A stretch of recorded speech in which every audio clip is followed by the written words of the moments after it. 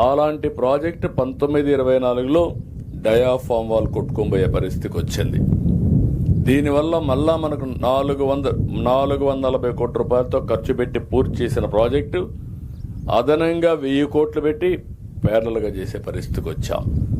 మీరు గుర్తుపెట్టుకోవాల్సింది మాకెందుకు, మాకేమవుతుంది అనే ధీమాతో మీరుంటే ఒక రాజకీయ పార్టీ, ఒక ముఖ్యమంత్రి మీ జీవితాలు మార్చగలుగుతారు.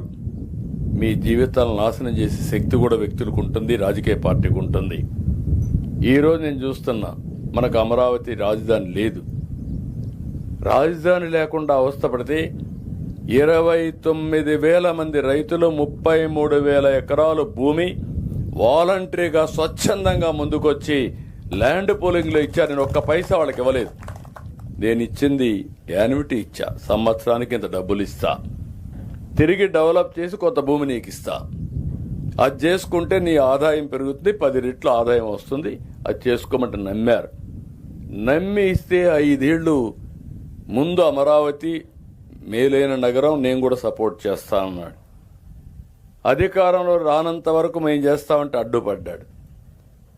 ఎప్పుడైతే మనం చేసిన తర్వాత వాళ్ళు వస్తానే అమరావతి కాదు 3 రాజధానులని 3 ముక్కలు ఆటాడి రాజధాని లేకుండా చేశాడు.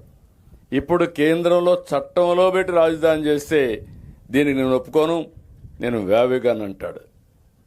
అది ఎక్కడి నుంచి ఆలోచనలు వస్తాయో నాకైతే అర్థం కాదు. అంటే వితండవాదం. అంటే మనకు రాజధాని లేకుండా పోవడం ఎంత బాధేస్తుందండి. ఈరోజు తెలంగాణ ఉన్నారు, నేనే డెవలప్ చేశా, నాకు బాధ లేదు. ఎందుకు డెవలప్ చేశాను? తెలుగు జాతి కోసం చేశాను. ఈరోజు విభజన జరిగిన తర్వాత తెలంగాణకు వెళ్ళింది. హైయెస్ట్ పర్ క్యాపిటల్ ఇన్కమ్, తలసరి ఆదాయం దేశంలో ఎక్కువ వచ్చే రాష్ట్రం తెలంగాణ. దానికి ఫౌండేషన్ ఇచ్చిన వ్యక్తిని నేనే. ఈరోజు అలాంటి రాజధాని మనకు ఉండాలా లేదని అడుగుతున్నా మిమ్మల్ని.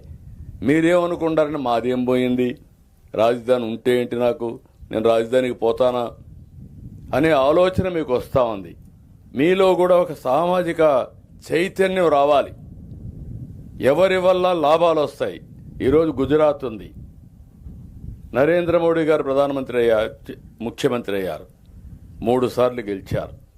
ఆ రాష్ట్రం బాగుపడింది. ఇప్పుడు కేంద్రానికి పోయారు, మళ్ళా 3వ సారి గెలిచారు. మీరేం చేస్తున్నారు? వైకుంఠపాళి ఆట ఆడుతున్నారు.